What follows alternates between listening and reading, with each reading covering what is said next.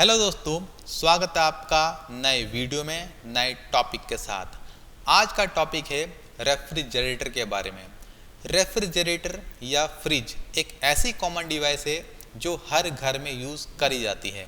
तो आज के वीडियो में हम जानेंगे रेफ्रिजरेटर क्या है, रेफ्रिजरेशन प्रोसेस क्या है और यह रेफ्रिजरेटर किस प्रिंसिपल पर काम करता है। तो शुरू करते हैं आज के वीडियो को।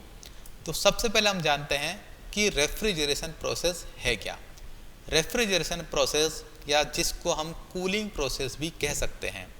रेफ्रिजरेशन प्रोसेस एक ऐसी प्रोसेस है जिसमें किसी ऑब्जेक्ट, सब्सटेंस या स्पेस की अनवांटेड हीट को रिमूव करा जाता है, या दूसरे शब्दों में ये कहें कि किसी भी ऑब्जेक्ट या स्पेस को कूलिंग करने की प्रोसेस रेफ्रिजरेशन कहलाती है।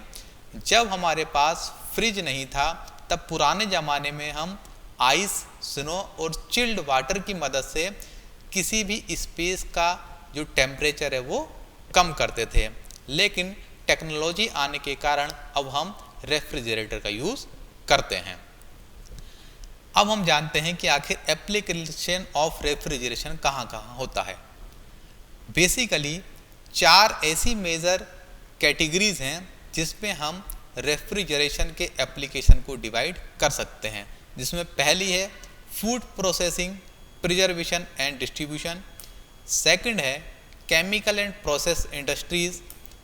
थर्ड है स्पेशल एप्लीकेशन एंड फोर्थ है कंफर्ट एयर कंडीशनिंग। अगर हम बात करें कि फूड प्रोसेसिंग एंड डिस्ट्रीब्यूशन में रेफ्रिजरेशन का यूज कैसे कराया जाता है, जैसे कि आप सबको पता है फूड एक ऐसा आइटम है जो काफ़ी जल्दी ख़राब हो सकता है, लेकिन अगर हम फूड प्रोडक्ट को रेफ्रिजरेशन में रखें या कम टेम्परेचर में रखें तो काफ़ी दिनों तक हम फूड को सेफ और फ्रेश रख सकते हैं। एग्ज़ाम्पल के तौर पर अगर हमको कोई भी फूड, चाहे वो नॉनवेज हो या वेज हो, उसको एक्सपोर्ट करना है। एक्सपोर्ट मीन्स अदर कंट्रीज़ में, और अदर कंट्रीज़ में जाने पर काफ़ी टाइम लग जाता है, 1 महीना 2 महीना। और अगर हमारे पास रेफ्रिजरेशन प्रोसेस ना हो तब ये फूड प्रोडक्ट रास्ते में ही ख़राब हो सकते हैं। तो फूड को सेफ रखने के लिए और फ्रेश रखने के लिए हम रेफ्रिजरेशन प्रोसेस की मदद लेते हैं। इसके बाद आता है कि हमारा refrigeration in chemical and process industry, यहाँ पर कहाँ कहाँ यूज़ होता है हमारा रेफ्रिजरेशन। तो पहला है separation and liquefaction of gas in petrochemical industries, यानी कि गैसों को अलग करने के लिए हमारा रेफ्रिजरेशन प्रोसेस काम आता है। हमारी जो केमिकल इंडस्ट्रीज़ में रिएक्शंस होती हैं उसमें अनवांटेड हीट को रिमूव करने के लिए हमारा रेफ्रिजरेशन प्रोसेस काम आता है। फार्मास्यूटिकल इंडस्ट्रीज़ में डीह्यूमिडिफिकेशन का मतलब होता है आर्द्रता को कम करना। उसको कम करने के लिए हमारा रेफ्रिजरेशन प्रोसेस काम में आता है। एंड फोर्थ है कि अगर हमारा ऐसा लिक्विड जिनका लो बॉइलिंग पॉइंट है तो उन पर सॉल्वेंट को रिकवर करने के लिए भी हमारा रेफ्रिजरेशन जो प्रोसेस है वो काम में लाया जाता है। इसके बाद आता है हमारा स्पेशल एप्लीकेशन ऑफ रेफ्रिजरेशन, जिसमें आपका मेटल का कोल्ड ट्रीटमेंट, ब्लड प्लाज्मा को स्टोरेज करना, हमारे ड्रग को स्टोरेज करना, लोकल एनेस्थीसिया का use and desalination of water, ice cube को मैन्युफैक्चर करना, वैक्सीन और मेडिसिन को अगर हमको कहीं दूर जगह पहुंचाना है तो वहाँ पर रेफ्रिजरेशन प्रोसेस की मदद से उसको सेफली हम पहुंचा सकते हैं। एंड फोर्थ है हमारा कंफर्ट एयर कंडीशनिंग। इसका मतलब है कि जहाँ पर हम रहते हैं वहाँ का जो टेम्परेचर है ऐसा हो कि वो हमारे कंफर्ट जोन में हो। इसको भी हम 4 कैटेगरी में देख सकते हैं, जिसमें है हमारा रेजिडेंस का air conditioning system, commercial air conditioning system, hospitals का एयर कंडीशनिंग सिस्टम, एंड जहाँ पर हमारे लैपटॉप एंड मोबाइल बनते हैं वहाँ पर एयर कंडीशनिंग सिस्टम। क्योंकि लैपटॉप एंड मोबाइल जहाँ पर बनते हैं या स्टोर करे जाते हैं, अगर वहाँ पर ह्यूमिडिटी या नमी होगी उसके कारण लैपटॉप और मोबाइल ख़राब हो सकते हैं। इसलिए इन जगहों पर जहाँ लैपटॉप और मोबाइल बनते हैं या स्टोर करे जाते हैं वहाँ पर एयर कंडीशनिंग सिस्टम का यूज़ करा जाता है। यहाँ पर आप कंफ्यूज मत होना कि एयर कंडीशनिंग सिस्टम और रेफ्रिजरेशन सिस्टम यहाँ पर एक साथ क्यों आ गए, क्योंकि एयर कंडीशनिंग सिस्टम और रेफ्रिजरेशन दोनों का प्रिंसिपल सेम है। इसके बाद हम आते हैं रेफ्रिजरेटर पर। तो सबसे पहले हम जानेंगे कि रेफ्रिजरेटर के बेसिक कंपोनेंट हैं क्या। तो रेफ्रिजरेटर के बेसिक कंपोनेंट हैं, पहला जो मेन कंपोनेंट है वो है हमारा कंप्रेसर, सेकंड है कंडेंसर, थर्ड है एक्सपेंशन वाल्व, इसको हम कैपिलरी ट्यूब भी कहते हैं, एंड फोर्थ है हमारा इवेपोरेटर, एंड फिफ्थ है रेफ्रिजरेंट। रेफ्रिजरेंट यहाँ पर रेफ्रिजरेटर का कंपोनेंट ना होकर एक वर्किंग मीडियम है, इसको हम आगे और भी आसानी से समझेंगे। तो यहाँ पर एक डायग्राम दे रखा है, आप यहाँ पर देखेंगे, यहाँ पर एक ये बेसिक डायग्राम है और यहाँ पर ये आपका एक रियल फ्रीज है जो आपके घरों में लगा होता है। अब देखते हैं इस डायग्राम में और रियल फ्रीज में कहाँ पर कौन कौन से कंपोनेंट होते हैं। तो ये जो चीज़ है ये हमारा कंप्रेसर, जहाँ पर आप अपने रियल फ्रीज में देख सकते हैं ये ब्लैक कलर का ये कंप्रेसर है। इसके बाद ये जो आपकी रेड कलर में कॉइल जा रही है ये हमारी कंडेंसर कॉइल, और आप अपने रियल फ्रिज में देख सकते हैं ये जो स्पाइरल कॉइल जा रही है ये हमारी है कंडेंसर कॉइल। इसके बाद आप देखेंगे ये जो सीधे सीधी जाली लगी हैं यहाँ पर ये हमारी वेंट फिन्स, यहाँ पर आप देख सकते हैं रियल फ्रिज में ये जो लगी हैं सीधे सीधी ये हमारी वेंट फिन्स हैं। इसके बाद आप देखेंगे एक्सपेंशन डिवाइस, जिसको हम एक्सपेंशन वाल्व या कैपिलरी ट्यूब भी बोलते हैं। आप देखेंगे फ्रिज में ये यहाँ पर लगी है और इसको मैंने इनलार्ज करके आपको इस डायग्राम में यहाँ दिखा रखा है। ये है हमारा एक्सपेंशन वाल्व, एक्सपेंशन डिवाइस या कैपिलरी ट्यूब, आप तीनों में से इसको कुछ भी कह सकते हैं। इसके बाद आप देखेंगे इस डायग्राम में ये जो ब्लू कलर का है ये है हमारा इवेपोरेटर। आप जब आप अपना फ्रिज खोलेंगे इवेपोरेटर आपको पीछे से नहीं सामने से दिखाई देगा, तो ये है हमारा इवेपोरेटर। इवेपोरेटर आपको रियल फ्रिज में वहाँ दिखाई देगा जहाँ पर आप अपनी आइस को फ्रीज करते हैं या आइस क्यूब को जमाते हैं। यहाँ पर आप जब अपना फ्रिज खोलेंगे तो आपको इवेपोरेटर की ये जो कॉइल है ये नहीं दिखेगी क्योंकि ये पीछे की तरफ होती है, लेकिन जब आप अपना फ्रीज़र खोलेंगे ऊपर वाला एरिया का तब आप देखेंगे कि ऐसी डिज़ाइनिंग ज़रूर बनी रहती है। तो यही हमारा इवेपोरेटर कॉइल है। तो इसके बाद हम जानते हैं कि आखिर इन कंपोनेंट के जो बेसिक वर्क हैं वो क्या हैं। तो सबसे पहले हम जानते हैं कि जो कंप्रेसर है वो रेफ्रिजरेटर में क्या काम करता है।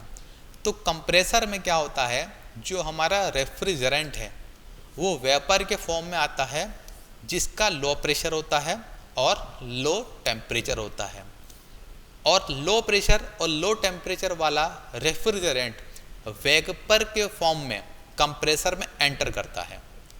कंप्रेसर क्या करता है, इस वेपर को प्रेस करता है या मतलब कंप्रेस करता है और इसका प्रेशर इंक्रीज कर देता है, और प्रेशर इंक्रीज होने के साथ साथ इसका टेम्परेचर भी इंक्रीज हो जाता है।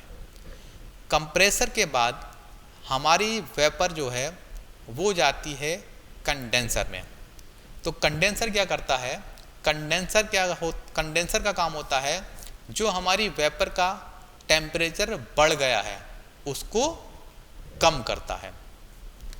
साथ ही जो हमारी रेफ्रिजरेंट वेपर के फॉर्म में थी अब वो यहाँ पर कन्वर्ट होकर बन जाती है लिक्विड की फॉर्म में। ये जो हीट हमारी कम हुई है क्योंकि हमारा जो कंडेंसर है उसका क्या काम होता है, हमारी वेपर की टेम्परेचर को कम करना, लेकिन ये टेम्परेचर कहीं तो जाएगा ना, तो वो जो हमारा टेम्परेचर है वो जाता है जो हमारे फ्रिज की सराउंडिंग है, और हमारे फ्रिज की सराउंडिंग क्या है? एयर। तो वो जो टेम्परेचर है हमारा एयर को ट्रांसफ़र हो जाता है। इसलिए जब भी आप फ्रिज के पीछे हाथ लगाते हैं तो वह आपको गर्म महसूस होता है। तो वहाँ की जो एयर है वो आपको बाकी जगह के मुकाबले आपको गर्म महसूस होती है। तो कंडेंसर का बेसिकली काम क्या हुआ? तो कंडेंसर का बेसिकली काम यहाँ पर ये हुआ, जो कंप्रेसर से निकली हुई हाई प्रेशर और हाई टेम्परेचर की वेपर है उसको कूल करके ठंडा करना, और यहाँ पर जो वेपर है वो कन्वर्ट हो जाती है लिक्विड में, लेकिन उसका प्रेशर उतना ही रहता है। अब वो प्रेशर कितना रहता है वो हम आगे स्लाइड में जानेंगे। तो कंडेंसर के बाद हमारा जो लिक्विड रेफ्रिजरेंट है वो जाता है एक्सपेंशन वाल्व में, जिसको हम कैपिलरी ट्यूब भी कहते हैं, और साथ ही में इसका एक और नाम है जिसको हम कहते हैं थ्रोटल वाल्व। और यहाँ पर जो प्रोसेस होगी हम उसको थ्रॉटलिंग भी कहते हैं। तो जब हमारा लिक्विड रेफ्रिजरेंट हाई प्रेशर के साथ और लो टेम्परेचर के साथ कैपिलरी ट्यूब में जाता है, तब वहाँ पर इसका टेम्परेचर एंड प्रेशर दोनों ही रिड्यूस होता है। और यहाँ पर जो एक प्रोसेस होती है उसको एक तो हम कहते हैं थ्रॉटलिंग प्रोसेस, और यहाँ पर अगर हम बात करें थर्मोडायनामिक के नियम से तो यहाँ पर जो प्रोसेस होती है वो होती है हमारी एडियाबैटिक प्रोसेस।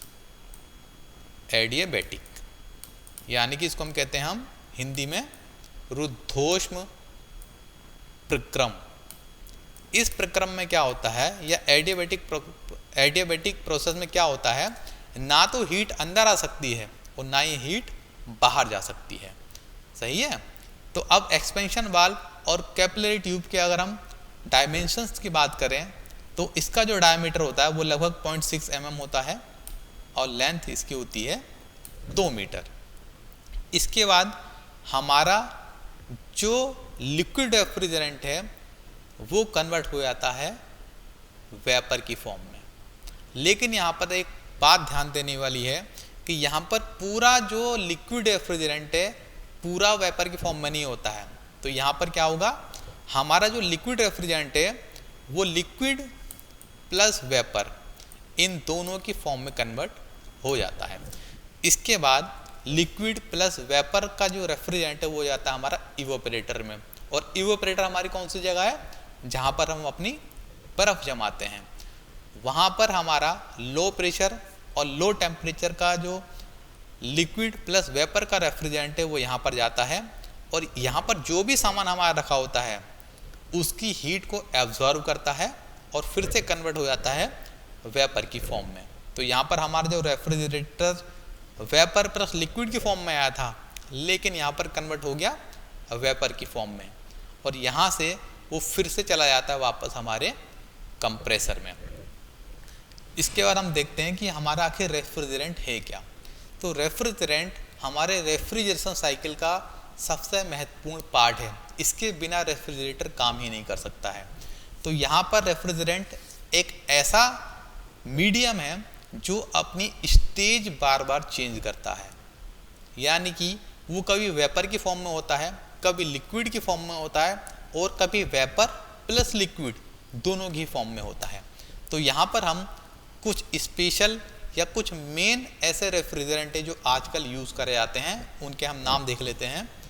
जैसे कि पहला हमारा R32 जिसका नाम है डाईफ्लोरोमीथेन, R132A जिसका नाम है डाईफ्लोरोईथेन, उसके बाद है R410A जो कि हमारा डाईफ्लोरोमीथेन और पेंटाफ्लोरोईथेन का मिक्सचर है।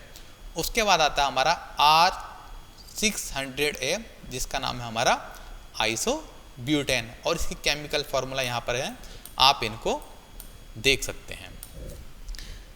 अब हम यहाँ पर आते हैं हमारे लाइन डायग्राम पर, जिस पर हम बिल्कुल डिटेल से बात करेंगे कि आखिर हमारा फ्रिज काम कैसे करता है। तो इसकी शुरुआत होती है हमारे कंप्रेसर से। यहाँ पर आप एक बात ध्यान रखना कि यहाँ जो भी प्रोसेस हो रही है वो एक क्लोज साइकिल है। सही है। यहाँ पर यानी कि यहाँ पर एक प्रोसेस बार बार रिपीट हो रही है। तो हम यहाँ शुरुआत करते हैं कंप्रेसर से। तो कंप्रेसर में हमारा जो रेफ्रिजरेंट है वो है वेपर की फॉर्म में या कहें गैस की फॉर्म में। तो यहाँ पर हमारा वेपर को कंप्रेसर कंप्रेस करता है, जिसके कारण से उसका टेम्परेचर 90 डिग्री सेल्सियस हो जाता है और प्रेशर बढ़कर 8 बार हो जाता है। एक बार आपको पता है 1 एटमॉस्फेरिक प्रेशर या वायुमंडलीय दाब के बराबर होता है। तो ये हाई प्रेशर और हाई टेम्परेचर के साथ हमारा रेफ्रिजरेंट जाता है कंडेंसर के अंदर। कंडेंसर के अंदर हमारा जो रेफ्रिजरेंट है वो कन्वर्ट हो जाता है लिक्विड के अंदर, लेकिन उसका जो प्रेशर है वो सेम रहता है। आप यहाँ देख सकते हैं, यहाँ पर जो हमारा रेफ्रिजरेंट है वो कन्वर्ट हो गया लिक्विड के अंदर और इसका टेम्परेचर कम होकर हो गया 45 डिग्री सेल्सियस एंड प्रेशर कितना है, वही है जो हमारा कंप्रेसर के आउटलेट पर था 8 बार। इसके बाद हमारा रेफ्रिजरेंट जाता है एक्सपेंशन वाल्व या कहें कैपिलरी ट्यूब के अंदर। कैपिलरी ट्यूब के अंदर हमारा कौन सा प्रोसेस होता है, एडियाबैटिक प्रोसेस, जिसको हम रुद्धोष्म प्रक्रम भी कहते हैं। यहाँ पर क्या होता है, जो हमारी कैपिलरी ट्यूब है या एक्सपेंशन वाल्व है, इसका डिजाइन ऐसा होता है कि इससे गुजरने के बाद रेफ्रिजरेंट का जो प्रेशर है वो भी डाउन होता है और जो हमारा टेम्परेचर है वो भी डाउन होता है। तो वो डाउन हो गया कितना हो जाता है, टेम्परेचर हो जाता है -20 डिग्री सेल्सियस एंड प्रेशर हो जाता है 0.6 बार। इसके बाद हमारा रेफ्रिजरेंट कन्वर्ट हो जाता है लिक्विड प्लस वेपर में और यही रेफ्रिजरेंट जाता है हमारा इवोपरेटर में। इवोपरेटर वही पार्ट है जहाँ पर हमारा बर्फ़ जमता है और यहीं से एक फ़ैन भी लगा होता है जो हमारे इवोपरेटर कॉइल पर एयर को फ्लो करता है, ताकि वो जो एयर है पूरे फ्रिज में फैल जाए और पूरे फ्रिज में जो भी सामान रखा है वो ठंडा हो जाए।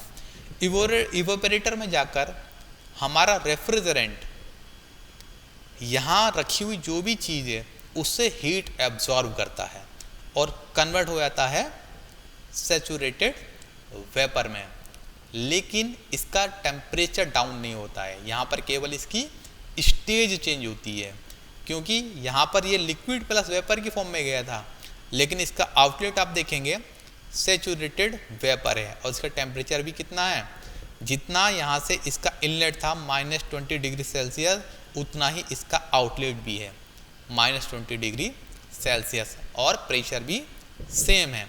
तो इवेपोरेटर का काम क्या हुआ, केवल यहाँ पर हमारी स्टेज चेंज हुई है रेफ्रिजरेंट की और यहाँ पर जो भी हमारा सामान था फ्रिज का उसको इसने ठंडा कर दिया और इसके बाद ये फिर से चला जाता है कंप्रेसर में और सेम साइकिल बार बार रिपीट होती रहती है। तो ये है हमारा रेफ्रिजरेशन प्रोसेस की साइकिल और इस साइकिल को जो नाम दिया गया है वो दिया गया है वेपर कंप्रेशन रेफ्रिजरेशन सिस्टम। तो आई होप आपको रेफ्रिजरेटर कैसे काम करता है ये समझ में आया होगा। अगर आपको कोई डाउट है तो आप कमेंट पे पूछ सकते हैं। तो मिलते हैं नए वीडियो में नए टॉपिक के साथ, और अगर आपने चैनल सब्सक्राइब नहीं करा तो इस चैनल को सब्सक्राइब कर लें और साथ में बेल आइकन का बटन दबा दें ताकि आपको नए वीडियो के नोटिफिकेशन टाइम टू टाइम मिलते रहें।